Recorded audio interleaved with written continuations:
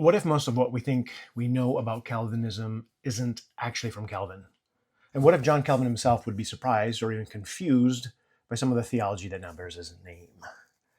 Welcome to a video series I want to begin on Calvin and Reformed tradition. This is going to be based on the groundbreaking work of historian and theologian Richard Muller. If you're curious about the roots of Reformed theology, the evolution of doctrine, or just love digging into church history, you're going to be in the right place today.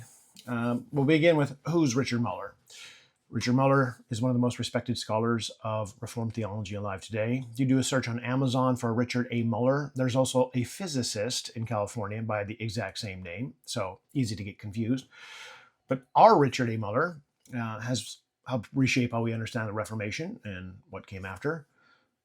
For decades, people have looked at Calvin, or looked to Calvin, as the architect of all Reformed thought. And Muller challenges that idea. He shows that while Calvin was central, he was not the final word. Calvin and the Reformed tradition is Muller's attempt to clarify Calvin's actual role and to show how Reformed theology grew, how it changed, how it matured long after Calvin's death. What's the book about? The book is not just about Calvin, it's about the tradition that followed him. Muller walks us through some of the most contested doctrines in Reformed theology: predestination, limited atonement, union with Christ, the practical syllogism, and a bunch more. He doesn't try to flatten out history. Instead, he shows us that theology is alive, it develops over time, and that's not a weakness. It's how the church grows in wisdom and truth.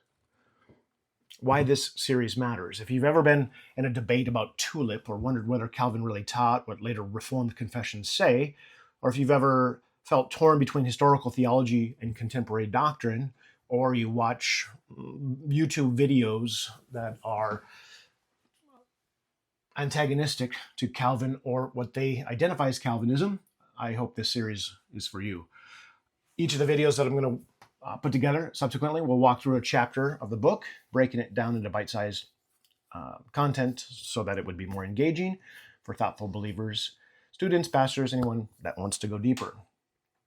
So this series isn't going to be just about reading a book on theology. It's about understanding how deep, careful thought shaped the Reformed tradition over time. We're going to slow down, dig in, let the actual voice and voices like Calvin's and those who came after him speak for themselves. So if you're looking to deepen your understanding of Reformed theology, what that word means at least historically, and Reformed theology's history and how it still speaks today, oh, you in the right place.